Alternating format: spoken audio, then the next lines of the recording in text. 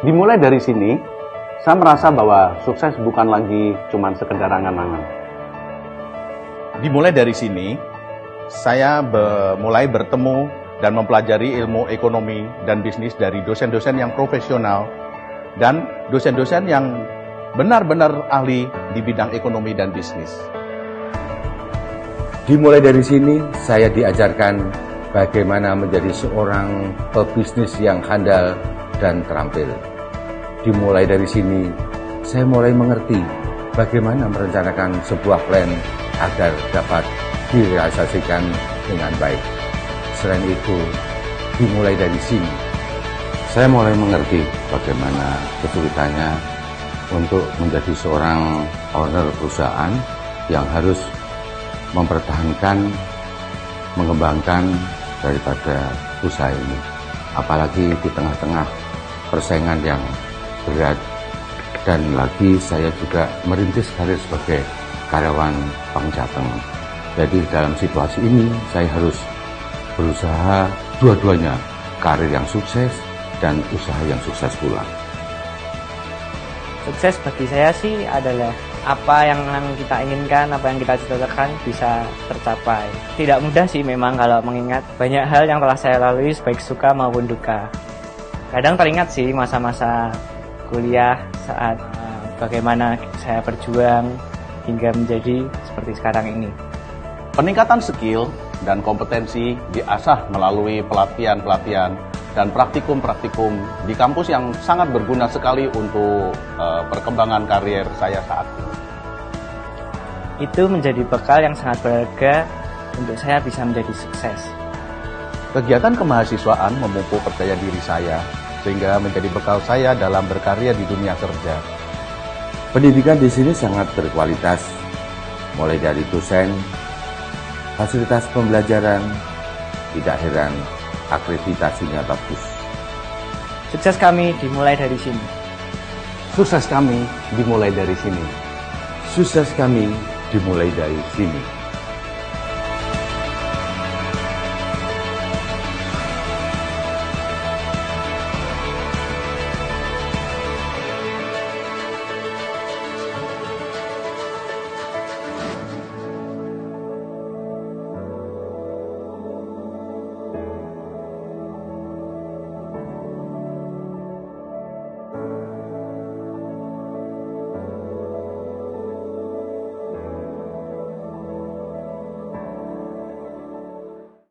Assalamualaikum warahmatullahi wabarakatuh. Perkenalkan, aku Rizky Amalia, NIM 1805520127 dari kelas praktikum audit S1 yang diampu oleh dosen pengampu yang terhormat Bapak Arif Himawan Winugroho. Jadi teman-teman, di video kali ini saya akan mempresentasikan mengenai pengujian substantif, ya, pengujian substantif atas asuransi dibayar di muka dan juga persediaan barang, gitu ya. Nah, sebelum melanjutkan videonya terlalu jauh, aku akan memberikan saran atau himbauan kepada teman-teman, kepada rekan-rekan, kepada audiens untuk menyiapkan beberapa peralatan. Beberapa peralatan itu apa aja? Jadi ada kertas folio bisa, atau buku, ballpoint, terus penggaris.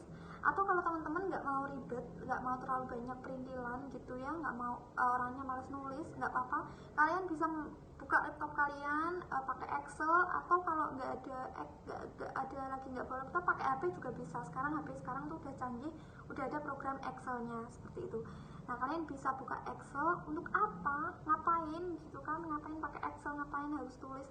Karena output video ini nanti adalah dengan penyusunan kertas kerja audit atas asuransi dibayar di muka dan beban asuransi, serta kertas kerja audit persediaan barang, gitu ya.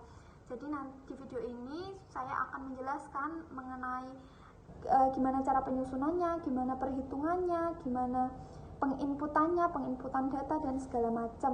Nah, sebelum masuk ke video penyusunan dan perhitungan segala macam, mungkin bagi teman-teman yang masih awam, masih belum tahu apa itu pengujian substantif, di video ini juga saya akan mempresentasikan berupa PowerPoint yang isinya materi-materi mengenai pengujian substantif. Jadi kayak apa itu pengujian substantif itu seperti apa, terus untuk apa, terus siapa yang menguji, lalu kapan dilakukan pengujian tersebut dan sebagainya. Nanti setelah ini akan ada video penjelasan secara lengkapnya. Nah, jadi teman-teman silahkan enjoy sambil nyemil, lagi puasa ya. Nah, kalau udah nggak puasa boleh sambil nyemil, mungkin kalau udah berbuka, udah habis rawih, kalian bisa sambil nyemil biar kalian lebih enjoy. Pokoknya relaxin aja diri kalian dan nikmatin video ini. Nah, teman-teman, sekarang saya akan menjelaskan sedikit materi mengenai pengujian substantif secara sekilas ya, karena kalau secara lengkap bakal membutuhkan waktu yang lama. Jadi, pengujian substantif, apa sih pengujian substantif itu? Jadi, pengujian substantif merupakan prosedur-prosedur pengauditan yang dilakukan oleh seorang auditor untuk menguji atau mendeteksi kesalahan salah saji material dalam nilai rupiah yang mempengaruhi langsung kebenaran dari saldo-saldo dalam laporan keuangan tersebut. Nah, maka dari itu, auditor harus menghimpun semua bukti yang cukup untuk memperoleh dasar yang memadai untuk menyatakan pendapatnya atau asersi atas laporan keuangan perusahaan yang sedang diauditnya. Pengujian substantif menyediakan bukti mengenai kewajaran setiap asersi laporan keuangan yang signifikan. Nah, tadi kan disebutkan pengauditan yang dibuat oleh auditor. Bagi orang yang awam, auditor itu adalah seseorang yang memiliki kualifikasi. Jadi auditor itu sebuah profesi yang dimiliki oleh seseorang tersebut memiliki kualifikasi tertentu dalam melakukan tugas audit atas laporan keuangan dan kegiatan suatu perusahaan, organisasi, lembaga maupun instansi. Jadi sebelum dinyatakan sebagai memiliki profesi auditor ini, biasanya seorang akuntan ini harus sekolah dulu, harus sekolah audit gitu ya. Karena memang harus memiliki kualifikasi tertentu secara khusus gitu ya, untuk mengaudit laporan keuangan atau mengaudit kegiatan suatu perusahaan. Biasanya disebut audit manajemen perusahaan gitu ya. Jadi bisa mengaudit manajemen perusahaan itu biasanya SDM dan komponen-komponen di dalam organisasi tersebut diaudit apakah sehat atau tidak gitu, apa terjadi kecurangan atau tidak. Nah, itu biasanya diselidiki dengan perusahaan melakukan audit manajemen di dalam organisasinya seperti itu. Nah, outputnya dari pengujian substantif oleh auditor ini adalah kertas kerja audit atau disebut KKA gitu ya. Jadi KKA ini merupakan catatan-catatan yang dibuat dan data-data yang dikumpulkan oleh auditor secara sistematis pada saat melaksanakan tugas audit gitu ya. Jadi KKA ini juga harus mencerminkan langkah-langkah kerja audit yang ditempuh, pengujian-pengujian yang dilakukan, serta informasi yang diperoleh dan kesimpulan hasil audit yang dikeluarkan oleh seorang auditor gitu ya. Harus sistematis, harus secara ilmiah. Nggak boleh berdasarkan asumsi subjektif, tapi harus objektif gitu ya. Harus benar-benar ada buktinya, bukti yang konkret, yang signifikan, tidak boleh asal-asalan seperti itu. Nah, jenis-jenis pengujian substantif ini ada 3. Jadi yang pertama pengujian substantif atas transaksi, ada pengujian substantif berdasarkan prosedur analitis, pengujian substantif secara terinci atas saldo. Pengertiannya seperti apa, penjelasannya seperti apa. Jadi yang pertama pengujian substantif atas transaksi itu adalah pengujian yang memiliki tujuan untuk menentukan apakah tujuan audit yang berkaitan dengan transaksi atau transaction related audit objektifnya telah terpenuhi untuk setiap kelas transaksi. Sebagai contohnya, auditor melakukan pengujian untuk menentukan apakah transaksi belanja perusahaan telah dicatat dengan benar. Maksudnya di sini dicatat dengan benar yaitu transaksi belanja telah dicatat pada periode yang tepat, apakah belanja telah diklasifikasikan dengan benar ke dalam neracanya, dan apakah belanja telah diikhtisarkan dan diposting dengan benar ke buku besarnya. Jika seorang auditor merasa yakin bahwa transaksi-transaksi tersebut telah dicatat dan diposting dengan benar, maka auditor dapat meyakini bahwa jumlah dalam buku besarnya juga ikut benar gitu ya. Lalu yang kedua adalah prosedur analitis. Nah, yang digunakan pada studi kasus selanjutnya ini yaitu pengujian substantif atas asuransi dibayar di muka dan juga persediaan ini adalah prosedur analitis. Prosedur analitis mencakup perbandingan-perbandingan dari jumlah-jumlah yang dicatat dengan jumlah yang diharapkan yang disusun oleh auditor tadi. Nah, biasanya juga prosedur analitis mencakup perhitungan rasio-rasio oleh auditor untuk membandingkan dengan rasio tahun lalu dan data yang berhubungan. Lalu yang ketiga ada pengujian substantif secara terinci atas saldo, yaitu hampir sama halnya dengan pengujian atas transaksi. Pengujian rincian saldo harus dilakukan dengan memenuhi semua tujuan audit yang berkaitan dengan saldo bagi masing-masing akun yang signifikan. Pengujian atas saldo akun juga sangat penting karena bukti-bukti biasanya diperoleh dari sumber independen dengan tingkat keyakinan yang lebih tinggi. Lalu kapan sih pengujian substantif itu perlu dilakukan? Jadi auditor perlu menentukan waktu yang tepat untuk melaksanakan pengujian substantif tersebut karena dapat mengetahui tingkat risiko deteksi yang dapat diterima mempengaruhi penentuan waktu pelaksanaan pengujian substantif.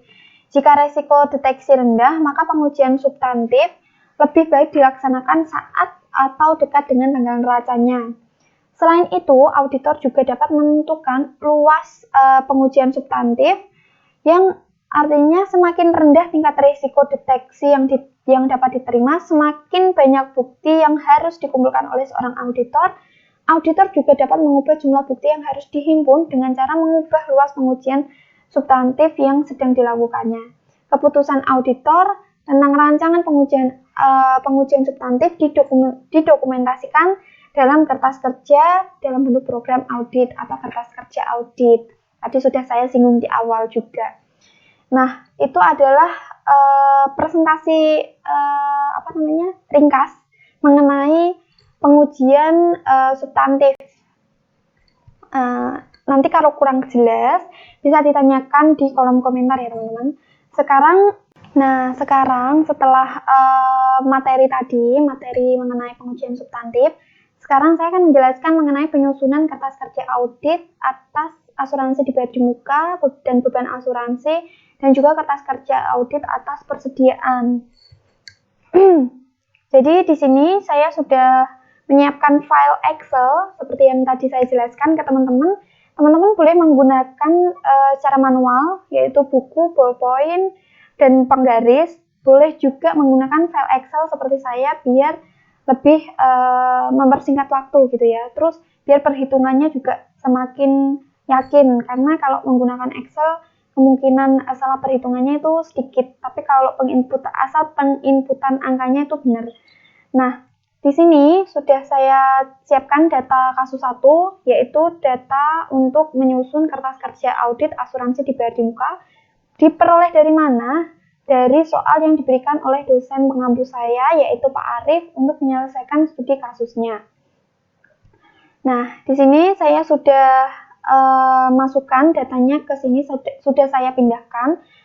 Untuk yang pertama itu berisikan informasi saldo asuransi dibayar di muka yang dicatat oleh perusahaan pada tanggal 31 Desember 2019 sebesar Rp126.913.578 dan beban asuransi yang dicatat pada tanggal yang sama oleh perusahaan yaitu sebesar Rp31.111.101. Dan untuk kolomnya ini, untuk masih awal, karena ini cuma memindahkan data, jadi kalian terserah gimana nyamannya kalian untuk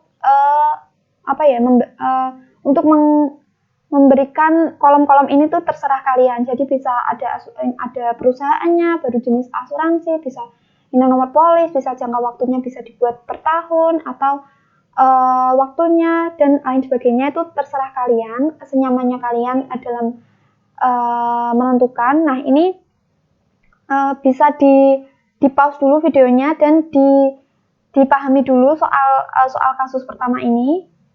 Baru nantinya kalian selanjutnya pause di data saya yang di Excel ini kalian pahami dulu, kalian renungi ya, biar nantinya nggak bingung ini dari mana gitu ya.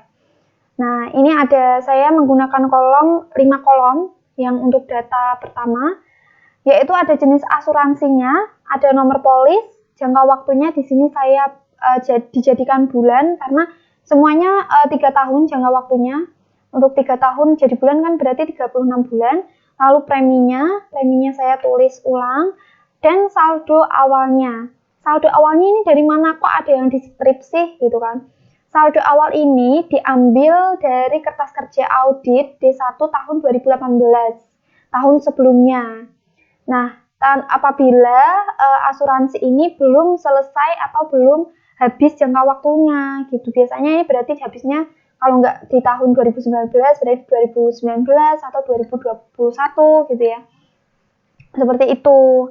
Nah, ini diambil dari 2018, jadinya bisa dipastikan bahwa asuransi kendaraan, asuransi kebakaran gedung A ini sudah terjadi maksudnya transaksinya sudah terjadi di tahun sebelumnya dan belum habis sampai masa sekarang, yaitu masa 2019 maaf. Jadi yang ini sudah dipastikan bahwa asuransinya terjadi pada saat tahun 2019. Jadi pada saat audit ini terjadi, ini baru ada transaksinya, baru terbentuk. Jadinya tidak ada saldo awal di tahun 2018, soalnya kan belum terjadi. Terjadinya baru 2019. Nah, ini lumayan masih biasa ya, masih easy. Nah, untuk kertas kerja audit asuransi dibayar di muka dan perhitungan beban asuransinya ini cenderung lebih mudah daripada nanti yang kasus 2, yaitu persediaan dengan metode perhitungannya metode FIFO, first in first out ya. Nah, ini langsung masuk ke kertas kerja auditnya. Ini mungkin anak akuntansi, anak ekonomi sudah tidak asing dengan yang namanya, yang pertama pasti baris pertama nama perusahaan. Yang baris kedua, misal contohnya asuransi dibayar di muka dan beban asuransi, biasanya bisa juga kertas kerja atau jurnal umum dan lain sebagainya, itu pasti ada judulnya ini. Lalu ada periodenya saat ini tanggal 31 bulan 12 dari tahun 2019.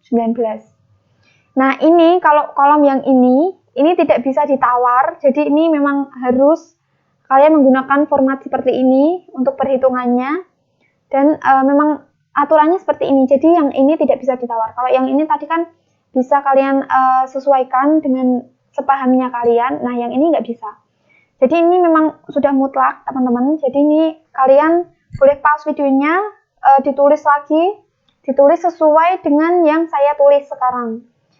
Di kolom pertama ada nama perusahaan asuransinya, yang di sini dimana yaitu PT Fatrisal, dan juga nomor polis, jenis pertanggungjawaban. Nah, biasanya di sebelah sini sebelum jangka waktu dan sesudah jenis pertanggungjawaban ini adalah jumlah pertanggungjawaban. Semisal asuransi kendaraan, jumlah pertanggungjawabannya adalah 500 juta.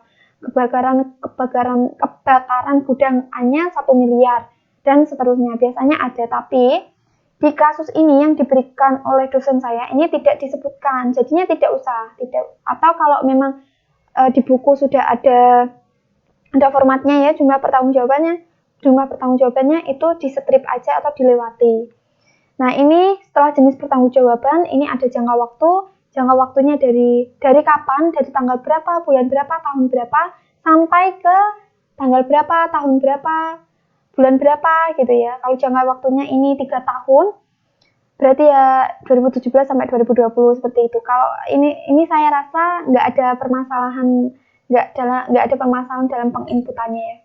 Nah, ini saldo awalnya, pembayaran ini perlu dikasih keterangan ya. Saldo awalnya tanggal 31/12/2018, yaitu tanggal 31 bulan 12 tahun 2018. Pembayaran premi, beban asuransi, saldo akhirnya ini juga wajib ada keterangannya tanggal 31 bulan 12 tahun 2019 gitu ya.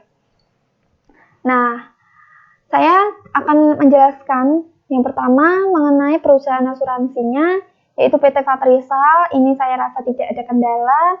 Lalu nomor polisnya, untuk mempermudah, ini saya menggunakan rumus. Jadi rumusnya seperti ini teman-teman. Jadi kalian tinggal pencet sama dengan, terus masuk ke kasus 1. Nah ini fungsinya untuk mempermudah tadi yaitu tinggal enter. Nah ini sudah tercatat ya, sudah sesuai. Nah kalian tinggal tarik aja nanti ke sini. Ini nanti pasti bakal sama seperti yang ini. Ini pasti bakal sama. Jadi menggunakan Excel itu memang untuk lebih mempermudah dan untuk memperringkas waktu pengerjaan sebenarnya. Nah ini mungkin nggak ada ini ya, nggak ada masalah. Ini nomor polisnya ini sudah tersedia di sini. Jadi tinggal kalian masukkan.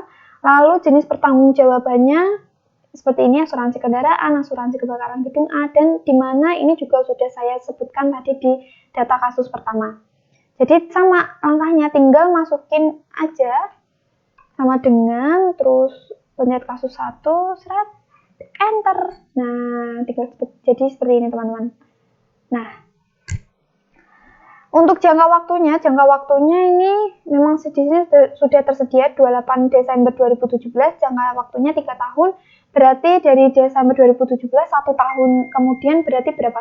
Dari tahun 2018, 2019, 2020. Nah, ngitung jangka waktunya seperti itu aja.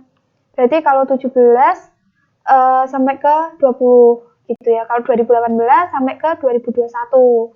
2019 sampai 2022. Seperti itu aja teman-teman. Jadi nggak ada yang sulit ya sampai di sini. Saldo awalnya pun sama. Saya menggunakan rumus seperti ini aja. Kasus, seret. Nah, ini tinggal kalian tarik bawah. Nah, bedanya di sini pembayaran preminya, tidak semua pembayaran premi ini disebutkan. Jadi nggak yang masukin rumus yang ini, terus ini dimasukkan ke kertas kerja auditnya, itu enggak. Jadi yang ditulis pembayaran preminya itu adalah transaksi, kalau diamati ya, ini transaksinya terjadi tahun 2019 atau tahun saat audit tersebut berjalan, seperti itu. Jadi kalau yang sudah-sudah, yang tahun 2017, 18, ini yang dicatat hanyalah, yang diperlukan adalah saldo awalnya. Karena ini sudah menjadi perhitungan ininya tuh udah terjadi di kertas kerja audit sebelumnya. Jadi tidak perlu ditulis ulang, tidak perlu dihitung ulang. Hanya perlu mencantumkan saldo awalnya untuk nantinya diketahui saldo akhirnya. Saldo akhirnya tinggal berapa sih, seperti itu. Nah, di sini sudah cukup jelas ya teman-teman. Ini pembayaran preminya, saya ulangi sekali lagi, hanya terjadi pada saat tahun tersebut berjalan. Jadi misalnya mengaudit tahun 2019, berarti yang dicatat adalah asuransi yang terjadi, transaksi asuransi yang terjadi pada saat tahun 2019. Kita cek di sini ya. Nah, ini 30 Juni 2019, terus ini juga 30 Agustus 2019, makanya pembayaran preminya baru dimasukkan, baru diinput seperti itu ya. Ini di totalnya sekian. Nah, gimana perhitungan beban asuransinya? Nah, ini ada rumusnya. Rumusnya ini juga enggak yang jelimet sekali ya, teman-teman. Jadi kayak cuman pembagian lalu perkalian. Ya basic lah ya gitu. Nah, ini dipermudah juga menggunakan Excel. Oke. Ini saya kasih contoh ya. Yang pertama, nanti saya akan kasih contoh yang berapa soal ya enaknya ya, berapa transaksi ya. Ya intinya saya ini kasih ini sebenarnya udah ada rumusnya. Oh iya, saya lupa menjelaskan mengenai bulan pembeban. Nah, untuk rumusnya sendiri ada premi asuransi bagi jangka waktunya. Jangka waktu di sini 36 berarti ya, soalnya 3 tahun. Terus bulan pembeban, gimana sih cara menentukan bulan pembebannya? Nah, kita lihat aja di sini. Ini masing-masing ada yang beda ya, kayak yang ini bulan pembebannya 12 karena ini dihitung dari tanggal 29 bulan 8 2018 sampai 29 bulan 8 2019. Berarti 12 bulan kan, karena ini auditnya tuh tahun 2019 gitu ya. Nah, ini juga sama 28 karena ini saldo awalnya diambil tahun 2018 ya, perhitungannya udah ketemu sekian. Nah, ini berarti bulan pembebannya dihitungnya 28 bulan 12 2018 sampai 28 bulan 12 tahun 2019. Sama juga seperti ini. Nah, beda halnya dengan yang ini, yang transaksi ketiga ini bulan pembebannya adalah 6 bulan. Yaitu dihitung dari mana? Ini kan terjadi pada saat bulan Juni, teman-teman. Juni akhir ya. Tanggal 30 berarti hitungannya adalah Juli, Agustus, September, Oktober, November, Desember. Sampai akhir tahun, sampai mentok ini. Sampai mentok periode auditnya. Jadi cuma 6 bulan. Dan ini 4 bulan ya, karena bulan 8 tanggalnya sudah tanggal di akhir bulan. Jadi bulan 8, Agustus, September, Oktober, November, Desember. 4 bulan. Hanya 4 bulan. Jadi perhitungan bulan pembebannya itu kalian amati aja ininya. Kalau tahun sebelumnya berarti 12 gitu, pembebannya bulan 12 bulan. Kalau ini terjadi di tahun ini ya disesuaikan. Ini terjadinya di awal bulan atau di akhir bulan, karena beda ya. Semisal ini tanggal 1 Juni gitu, berarti hitungannya dari Juni, Juli, Agustus, September, Oktober, November, Desember, berarti 7 bulan. Karena ini terjadi di akhir bulan, makanya yang Juni tidak dihitung, langsung ke Juli, Agustus, September, Oktober, November, Desember, 6 bulan. Seperti itu teman-teman ya. Apakah sudah cukup jelas? Nah, kalau kurang jelas kalian bisa komen, gimana sih Mbak, coba diterangkan lebih paham lagi. Nah, oke teman-teman, sekarang kita masuk ke perhitungan beban asuransinya ya. Jadi gimana sih perhitungannya? tinggal kita terapkan rumusnya, yaitu ada premi asuransi dibagi jangka waktu dikali bulan pembeban. Oke, kita coba masukin satu-satu ya. Nah, sini sama dengan dulu, terus kasih tanda kurung, karena ini ada tanda kurungnya ya. Ada tanda kurungnya. Lalu pencet kasus 1, yaitu preminya di sini, tinggal dipencet, diklik gitu ya. Terus habis itu kasih tanda miring, kalau di Excel rumusnya tuh biar tanda bagi. Terus dibagi jangka waktunya, kasih tanda kurung, dan dikasih perkalian tadi kali 12 bulan ya, karena yang transaksi pertama tadi terjadi di tahun sebelum 2019. Nah, hasilnya 5.888.904 rupiah. Kita masukkan ke dalam kolom beban asuransi. Nah, kolom beban asuransi ini datanya diperoleh dari ini, dari perhitungannya. Nah, gimana inputnya? Apa perlu kita tulis satu-satu, yaitu 5.888.904 rupiah? Tidak perlu, tinggal kalian pencet sama dengan masukin. Nah, ini klik enter. Nah, selesai. Sekarang gimana yang ini? Gimana yang terjadi di tahun 2019? Sama. Kalian bisa menggunakan cara langsung klik sini, pembayaran premi sini dibagi ini, kasus 1 bulannya, tadi bulan berapa? 3 ini ya.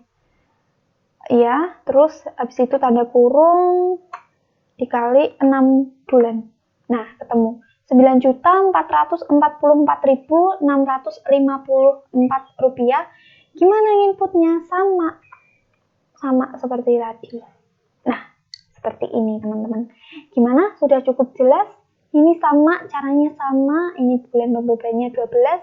Jadi tinggal masukin, enaknya kalau di Excel itu tinggal memasukkan rumus-rumus, tinggal enter gitu ya.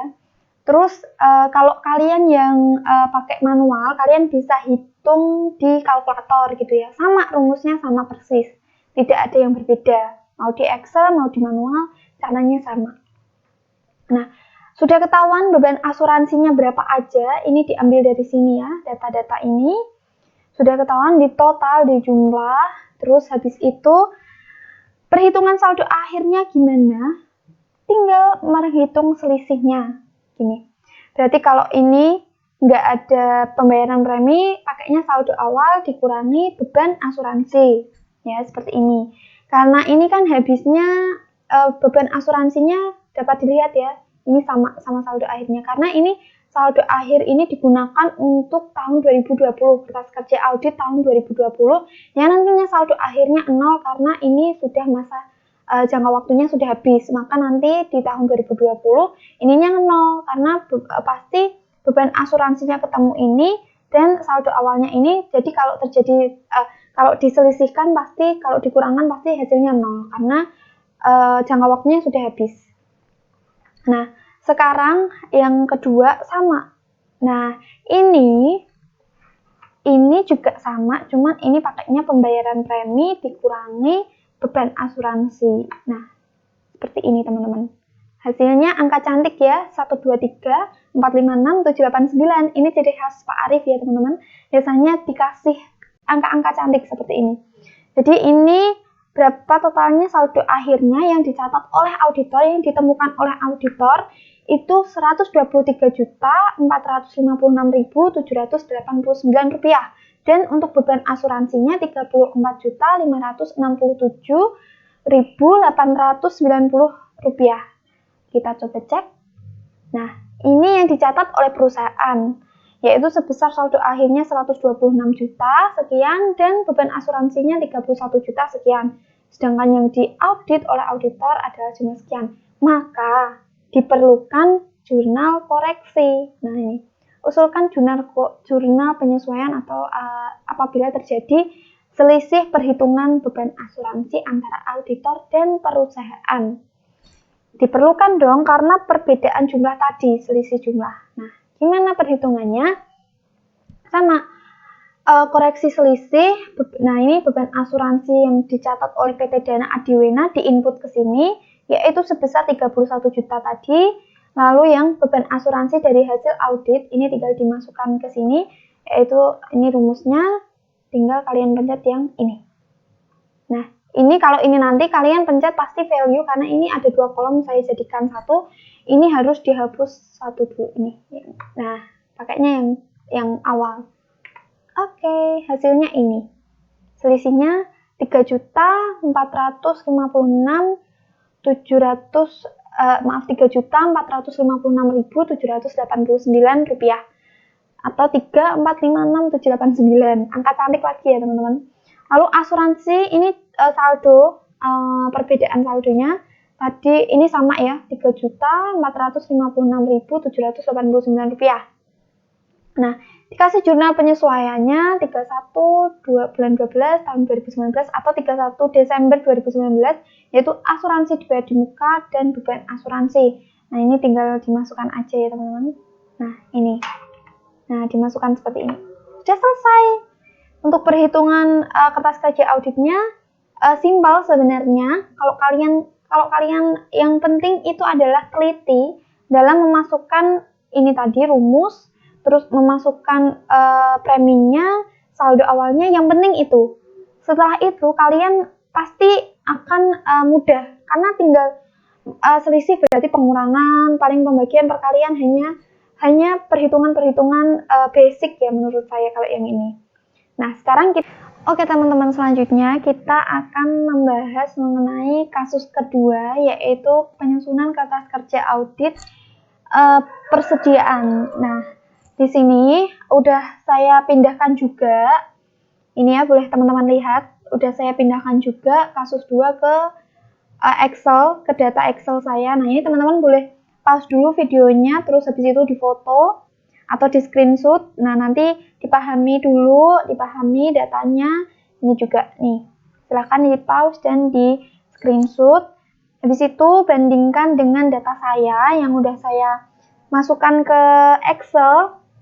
Nah, di sini PT perusahaan tersebut mencatat persediaan pada tanggal 31 Desember 2019 itu sebesar 7.666.666.678 rupiah. Dengan hasil observasi perhitungan secara fisik atau stock of none adalah sebagai berikut, yaitu di sini aku kasih 3 kolom, yaitu jenis persediaan, kuantitas box, dan NRV-nya. Jadi di sini ini B604, A601, A602 ini adalah kodenya biar untuk mempermudah auditor dalam melakukan audit gitu ya teman-teman. Jadi ini biar lebih mudah aja. Jadi B604 ini untuk lemon, terus A601 ini untuk essence apa ya ini bacanya ya? Soy ration. Terus Essence Lemon A602, A603 itu citron, terus A604 ini floral. Nah, kuantitas boxnya yang dihitung setelah dilakukan perhitungan fisik ini ada 250, 280, 340 dan seterusnya. Nah, NRV-nya ini ada 3.889.223 rupiah per boxnya. Ini ada yang per botolnya 98.800 dan seterusnya. Nah, catatan ini juga aku pindahin dari Word ke Excel, data yang dikasih bapaknya aku pindahkan ke sini. Ini ada satu box lemon berisi 20 botol dan satu botolnya terisi 2 ounce ukurannya. Nah, untuk essence lemon satu boxnya sama 20 botol tapi satu botolnya 5 ounce. Ini nanti untuk apa? Untuk menghitung di kertas kerja auditnya, teman-teman ya. Ini penting. Lalu ada voucher pembelian persediaan selama tahun 2019 yang dicatat oleh perusahaan suppliernya ada 5 supplier. Ada PT Fatula, PT Atala, Salsabila, dan seterusnya. Nah, tanggal terimanya ini mulai bulan Maret, bulan Juni, bulan Agustus, dan bulan Desember, teman-teman. Nah, ini keterangannya. Nah, ini tadi saya sebutkan, ini kode-kodenya untuk mempermudah auditor dalam melakukan pengecekan, dalam melakukan perhitungan FIFO terutama ya. Ini untuk mempermudah auditor untuk nantinya disusun ke kertas kerja auditnya. Nah, ini semua harga per box. Harga pokoknya ini harga per box ya, untuk juta-jutaan ini tuh harga per boxnya. Ini ada keterangan boxnya, jumlahnya ada 360 box. Harganya sekian, terus ini boleh difoto dulu, di-pause dulu dan di screenshot silahkan. Menurut saya ini udah cukup jelas ya, yang untuk kasus kedua datanya sudah saya jelaskan satu persatu. Ini tanggal terimanya, ini diterima perusahaan pada tanggal segini, bulan segini, tahun segini gitu ya. Tanggal 25 Desember 2019, 25 Agustus 2019, 25 Juni 2019, dan seterusnya. Perhitungan FIFO sekarang. Nah, perhitungan FIFO ini gimana? Gitu ya. Perhitungan FIFO ini harus berpacu pada ini. Kuantitas box yang telah dilakukan stock opening ini adalah sebesar 250. Ini pada tanggal audit ini kuantitas boxnya tuh setelah beli sekian banyak 360 box, terus ada 280 box. Ternyata setelah dilakukan perhitungan fisik yang masih tersedia di perusahaan adalah sebesar 250 box ya. Gimana perhitungannya nantinya? Kita cari teman-teman. Kita cari coba kasus 2-nya yang ada B604-nya itu kapan aja gitu. Coba kita ganti warnanya. Jadi ganti warna merah supaya lebih terspotlight. Lalu ini ya teman-teman. Nah, terus ini. Oke. Kita lihat teman-teman. Ini tinggal input aja ya sebenarnya. Coba saya input tanggal 25. Kalau kalian malas ngetik ya, ini aku malas ngetik. Jadi tinggal aku masukin pakai rumus tanggal 25. Nah, ini sama. Kalian tinggal nginputin. Nah, karena ini adalah poin pertama. Poin utamanya yaitu sebanyak 250. Jadi ininya yang ketiga ini harus berapa? Biar totalnya tuh 250. Nah, kita lihat dulu karena pakainya first in first out. Jadi pakai metode FIFO. Jadi yang barang awal-awal itu adalah yang laku duluan gitu ya. Yang harus dijual duluan. Kalau misal terjual maka yang diambil dari paling atas, paling lama gitu ya pengambilan barangnya. Nah, terus ini tanggal 25, maka dia paling atas. Dia nanti aja lakunya tuh yang terakhir gitu. Sebanyak 80 box.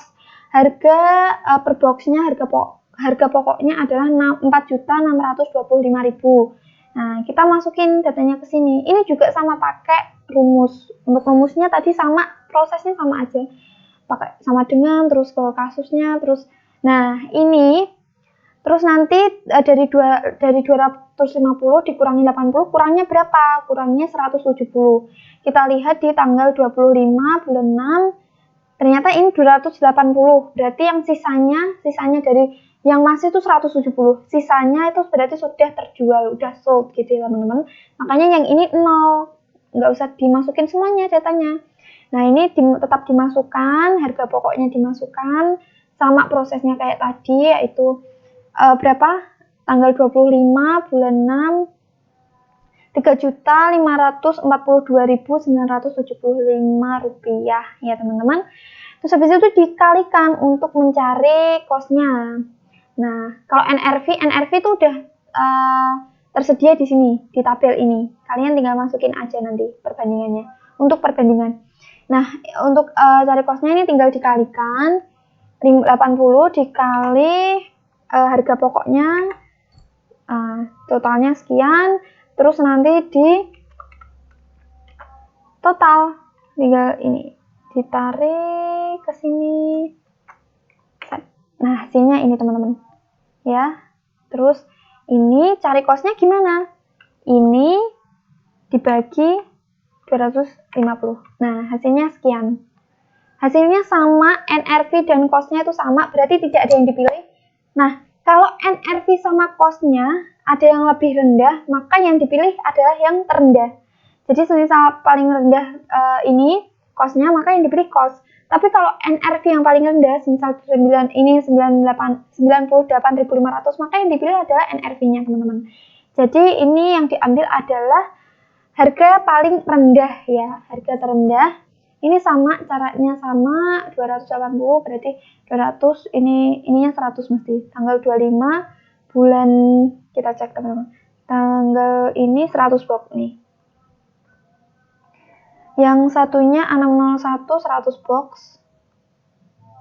Nah, terus habis itu berarti kurang berapa box? Kurang 100 box berarti diambil dari ini. Nah, ini teman-teman. Bisa dilihat. Sama, perhitungannya pun sama persis sama yang atas. Nah, ini tinggal dimasukin harga pokoknya lalu dikalikan. Setelah dikalikan, dijumlahkan. Ini totalnya sama seperti tadi dibagi kuantitasnya. Nah, aduh. Salah. Oh iya, pakainya per botol teman-teman. Nah, ini ada yang beda. Ini tadi perlu diperhatikan, ini per botol ya, berarti harus dicari dulu jumlah botolnya. Gimana cara apa namanya? Aduh, ini apa sih? Gimana cari perhitungannya? Kita simak satu-satu teman-teman. Nah, di sini kalian masukin aja data semuanya. Ini kolom ini dikasih apa namanya teman? Dikasih kodenya. Ini dikasih lemon, essence soy ration, essence lemon, citron dan sebagainya.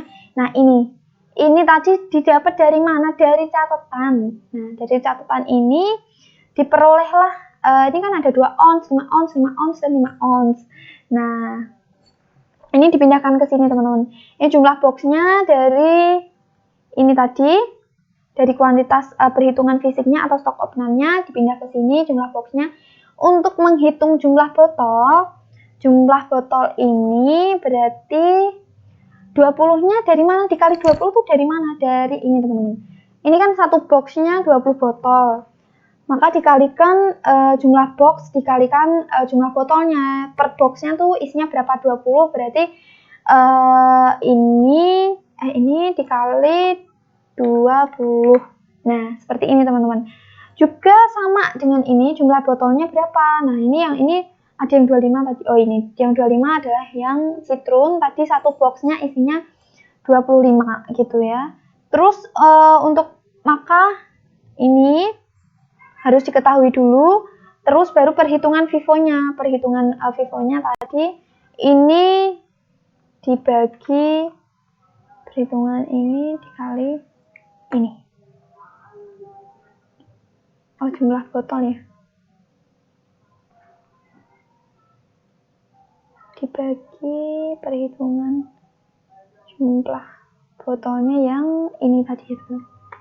Nah, ini ketemu. Tadi salah memasukkan, maka saya tekankan di sini diperlukan ketelitian. Nah, ini tadi yang ini kan apa ya? Nah, ini kan per box, sedangkan ini yang dicari per botol. Maka ya sama, ini berarti membaginya adalah per botol, bukan lagi per box. Karena kalau per box nanti jatuhnya jomplang sekali, teman-teman. Kita bisa lihat tadi, kesalahan tadi, bagi kuantitas ininya, tuh. Jomplang sekali, dan ini nggak mungkin, terlalu jomplang seperti ini nggak mungkin. Nah, ini terus kita ambil dari kertas kerjanya. Nah, atau teman-teman juga bisa ini langsung dikerjakan dulu sampai jumlah ons-nya, karena ini sampai sini tuh bisa dikerjakan terlebih dahulu, nggak melakukan perhitungan FIFO-nya terlebih dahulu tuh bisa gitu ya. Sama ini juga melalui perhitungan ini dibagi per botol. Ini semuanya dibagi per botol kecuali yang ini adalah per box. Maka perlu diperhatikan. Bisa juga per ons itu juga bisa, tergantung konteksnya. Konteks setelah dilakukan perhitungan ini stock opnam, perhitungan fisik ya teman-teman. Nah, jumlah ons-nya dari mana? Jadi ini kan udah ada ya teman-teman. Ons-nya 2 ons berarti jumlah botol, karena per botol isinya itu 2 ons. Jadi yang dikalikan adalah jumlah botolnya ada berapa? 5.000 botol. 5.000 botol dikali 2 ons kali 2, 10.000. Nah, sama teman-teman, jadi ini sama, dikalikan 5, jumlah botolnya dikalikan 5, seperti itu. Nah, harga pokok per ons atau per box atau per botol, boleh penyebutannya terserah teman-teman ya, itu gimana? Nah, ini dia teman-teman, penginputannya tuh di sini perbedaannya. Kalau yang ini kan sama, NRV antara kosnya kan sama, maka yang dipilih adalah nggak ada yang dipilih, jadi yang dipilih ya dua-duanya sama, perhitungannya sama gitu. Nah, ini yang kedua yang dipilih adalah perhitungan FIFO, yang dipilih ini. Yang dipilih adalah yang paling kecil perhitungannya, yang paling minim gitu ya. Kalau yang ini 87.660 sama 654, berarti yang dipilih adalah 654 teman-teman ya. Ini sama, nggak ada yang dipilih itu. Ini juga yang dipilih ini. Ini tinggal menginput. Nah, kos-kos ini tinggal diinput ke harga pokoknya ya. Kalau ini kan harga pokoknya, harga pokok dan harga pokok segala macam. Terus pokoknya ini dihitung. Nah, untuk harga pokok persediaan ini untuk mencari saldonya, untuk dibandingkan dengan catatan dari perusahaan. Kalau sebesar perusahaan tadi kan 7 miliar sekian. Nah, coba kalau dihitung pakai hasil temuan auditnya tuh berapa gitu ya. Ini sama hasilnya, ini tinggal perkalian aja teman-teman. Berarti kalau ini tadi kan dikalikan ini tadi pembagiannya apa, jumlah box, jadi dikali ini sekian.